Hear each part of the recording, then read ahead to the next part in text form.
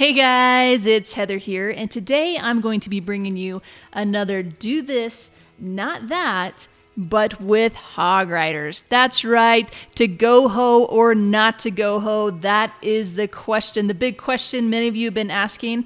And so in a war that I was in with white whales, the perfect opportunity presented itself where I can show you guys some instances where maybe it's not better to go into war with a sledgehammer using your GoHo. Maybe it's better just to use hogs. That's right, Hog Riders on their own is a 3-star attack if you know how to use them right. Now a GoHo is what you use when the base is anti-hog, and there's just no possible way for you to be able to take that base down with your Hog Riders because of really deep set double giant bombs that you're just not able to get to, and so you need to diversify your army.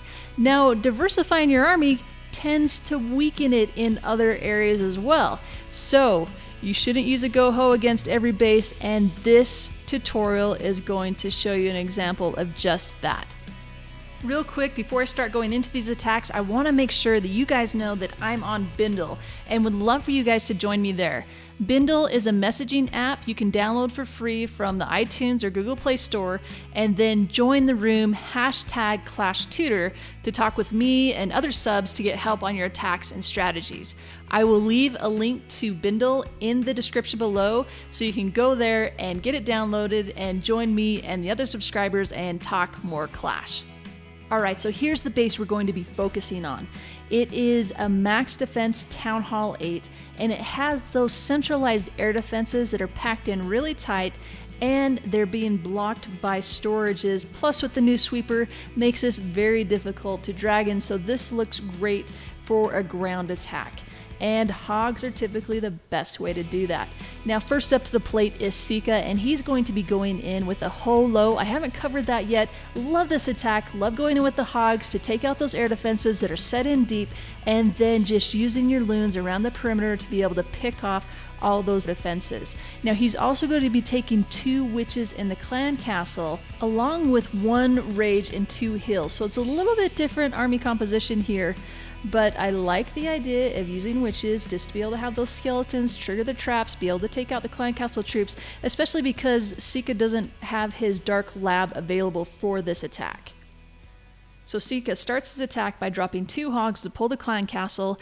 We have some archers, a wizard, a loon, and a witch that pop out. And as everything's out of the clan castle, he drops an archer in the north to pull everything up.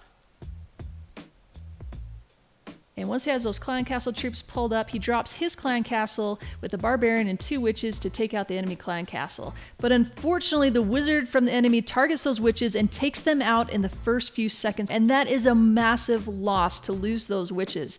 So now he has to drop more wizards and his archers, and he's also going to need to drop some barbarians. And there they go, drops the barbarians in to get that witch taken care of. Finally goes down. He's wasted a massive amount of troops. Super unfortunate, and something you really don't have to worry about too much anymore now with the poison spell. And so he needs to carry on with the attack. He drops his hogs in a surgical fashion around the outside, going to filter them into the center to get those air defenses down. And as they start heading towards the center, he drops a heal spell. Look at the perfect placement of that heal spell, encompassing so many defenses, not even overlapping. So now it's time to start sending in his balloons against the archer towers. He has 3 packs of balloons that are going in to take out those defenses. The one is a little bit too far and takes out the cannon first, so the archer tower is going to have some time to pick that off, but it's not really going to matter because the final air defense never was able to go down. He uses that rage just to try to get them into the center, but the balloons are down. He has very few cleanup troops left. And so now you can see just how one little thing going wrong right in the beginning of the attack, losing your witches, losing those cleanup witches, and there was nothing he could really do to save this attack.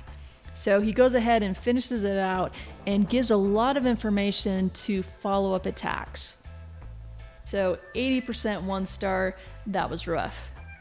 Next up to the plate we have Al, and he is going to be going in with a kitchen sink attack. That's right, a little bit of everything. He's got Hogs, he's got some Valkyrie, he has a Golem with witches in the clan castle, and he has a couple of loons because you can see down in the south you have all those defenses down there, but there's no air defense or air sweeper that are protecting those. So he can use just a couple of loons to help pick off some of those defenses that can be really detrimental to your Hogs.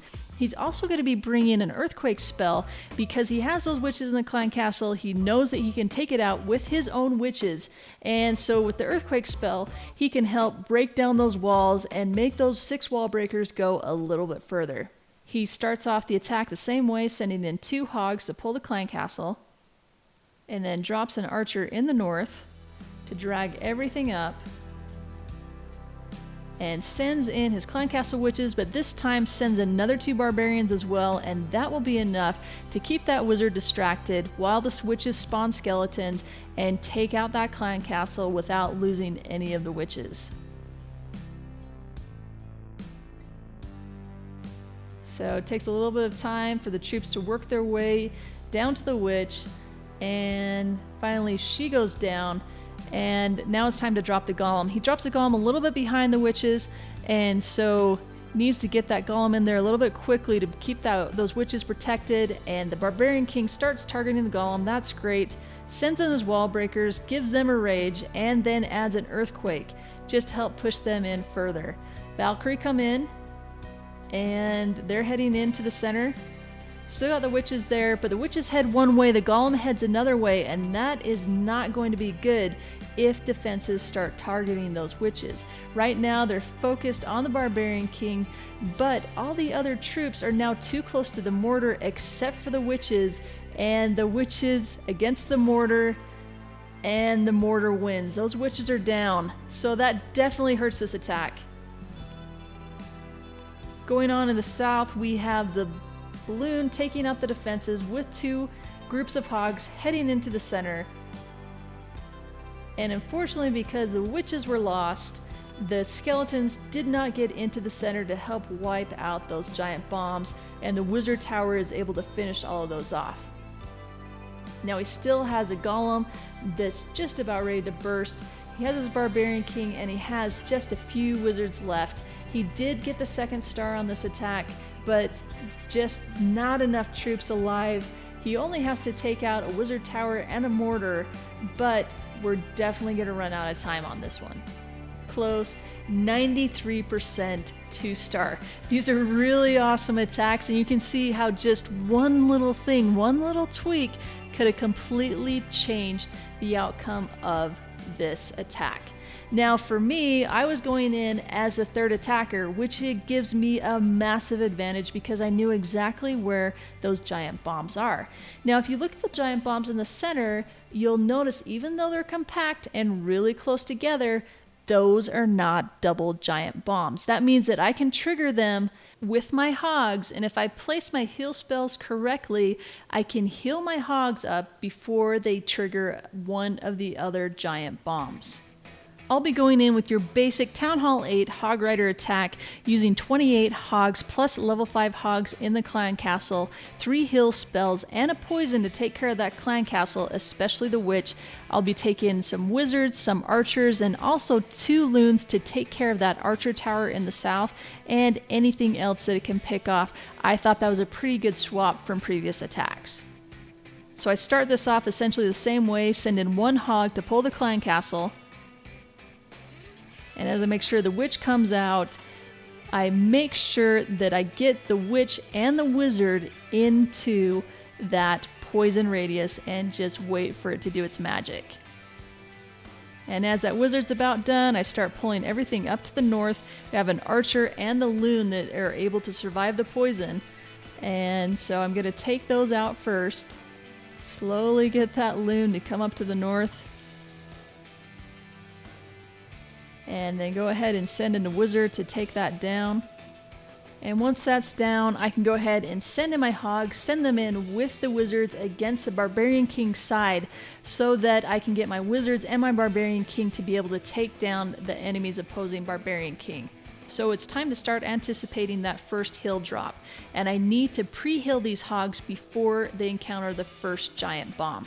So they're pre-hilled, they trigger the bomb, and they have time to take on the air defense and get healed back up again, take out the Tesla. They're healed all the way, they're triggering the skeleton traps, and they take the final giant bomb and they survive. So that's right, taking on 3 giant bombs using 2 heal spells slightly overlapped to be able to heal those hogs back up so they can take down the remaining defenses. Now remember, heal spells do stack. Unlike rages and other spells, you can stack 2 heal spells on top of each other and heal your troops double the amount. So in this case, with those really tight giant bombs that aren't quite doubles, you can use a slightly stacked heal spell to get your hogs healed back up to full health before they take on the next giant bomb. And now we have plenty of troops, plenty of time left. They're going to work their way around, still haven't taken out the enemy Barbarian King, but have a group of Hog Riders, a bunch of wizards, still have my Barbarian King with his ability intact. Gonna go ahead and use the ability to take out the Barbarian King. Just have that gold storage left. And there we go, about a 2-minute 3-star using a Hog Rider Attack. Alright guys, that's going to wrap it up for me. I hope this gave you a few tips on things to look out for when doing Hog Rider and hybrid attacks, and you're able to get some tips that can help you 3-star those max bases. Be sure to share this video with your clan by telling them to go to clashttutor.com/do5. Subscribe to me here on YouTube and follow me on Facebook and Twitter. And again, be sure to come and message me on Bindle so you can get immediate help on your attacks. Thanks for watching, and I'll catch you next time.